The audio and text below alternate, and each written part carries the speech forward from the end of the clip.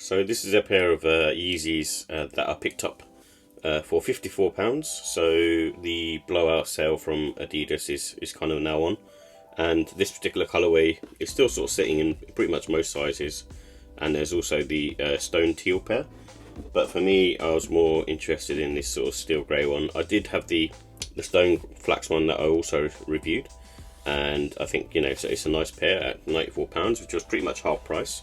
But this is pretty now kind of, I think, 75% off, so at £54. And this Yeezy 450 is in stone grey colourway, and it's a new silhouette that was released in well, relatively new now, in 2022.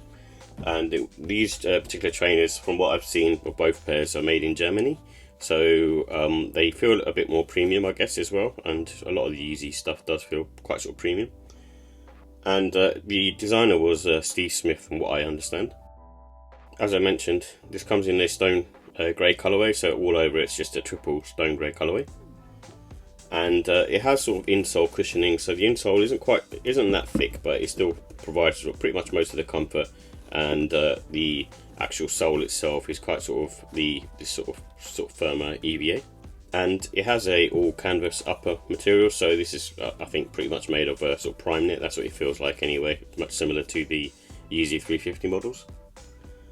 And the original RRP, or original price on these, was £175. So with the comfort and sizing, now that I've worn these a bit more, the 450s in general, I feel like they're more on the firm side. And I think what I noticed more this time around is that your heel sits slightly sort of elevated. You can probably see in here it kind of has that sort of motion going downwards. It's not as bad as an Air Max 1, but just be wary of that. And it's mainly because, you know, when you're walking, you kind of have your heel sit slightly further up and your forefoot less so. So when you're moving, you know, you're kind of pushing off your feet. But, you know, generally day-to-day use, you're not going to notice it too much. But I think maybe after, you know, a long day's wear of these, you might sort of find a bit of fatigue. And I would say with these ones, because of the Primeknit upper, there's no wear in time, but it will have that sort of lockdown feel to it, because it's nothing to do with the laces. The laces are more there for aesthetic reasons, but it's got a sort of stretchy fabric, but that almost sort of wraps around your foot like a sort of thicker sock. So just be wary of that. And I personally went up half size, and because I have a wide foot, and, you know, my calves feel better when they kind of have a bit more sort of space here, and this is quite sort of on the tight side and does sort of wrap around your foot, which is a good thing, keeps you sort of secure. But at the same time, just be wary of that. So I kind of went up half size just for those reasons, and I find it fits perfect.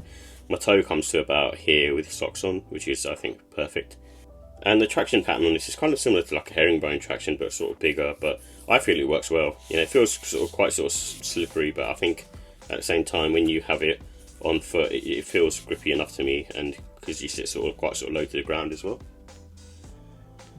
So with the look and style, this one has a grey colour palette, so I don't have too many sneakers with like this kind of grey colour, and I tend to sort of stay away from them, mainly because I just find them a little bit difficult to match up. But for the price I paid for these, I'm quite happy to sort of try and see if I can sort of match something.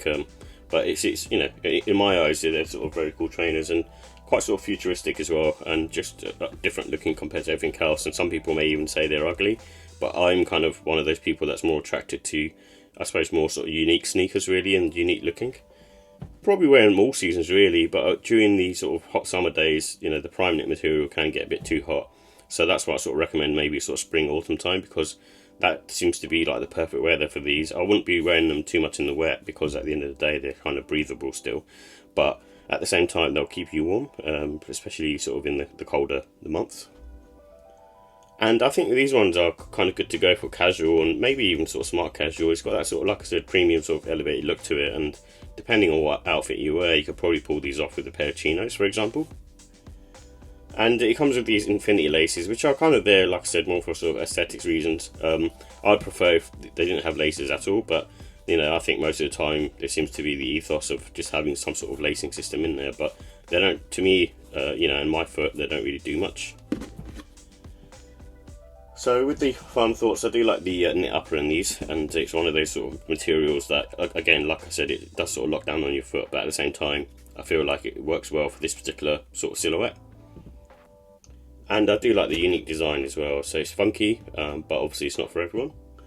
And in terms of cons, I suppose the comfort it is on the firm side, so there's not too much cushioning in there. Most of the cushioning comes from the insole itself. And like I said, it's got divisive looks, so you may not be sort of attracted to this model, but if you can find them on sale, which is what you can sort of see now, then obviously you can check them out and see what you think. So with the ratings, I give the look and style a 4 out of 5. I think in my eyes it's a cool sneaker. I don't know if it's as good as some of the other Yeezy models, but at the price that you're paying, I can't really sort of say too much about it. But even if I was paying full price, I still probably give them a 4 out of 5. I just think they're a funky and cool looking sneaker and quite sort of futuristic. And the comfort, I'm going to give it a 4, even though it's on the firm side. I don't think it's like horrible. You can kind of walk around in it, and like I said, it's got that sort of low to the ground feel, similar to sort of I suppose an ACG mock. And the quality, I give that a 4. I think for me, like the way they're made, I didn't see too many sort of glue stains, and like I said, it has sort of more sort of premium materials, a Primeknit, and this EVA material going around it feels quite cool and nice. And the pricing, I'm going to give that a 4. If you're paying full price for these, 175, I think they're asking a bit much because there's not really much tech in there, and I feel that it should be priced around sort of the £130 mark. But if you can grab them on sale for, depending on the colourway, anywhere between sort of £55 to £95, and it's definitely worth grabbing. And that's why overall I give this score a 4 out of 5. I think it's one of the uniquer looking silhouettes in the Yeezy line. And if you so wish to kind of try them out, then obviously they're on sale at the moment for £54, pretty much in most sizes, depending on the colourway. And definitely worth checking out. Even if you use them as a beta, they work pretty well for that kind of stuff as well. So yeah, very cool.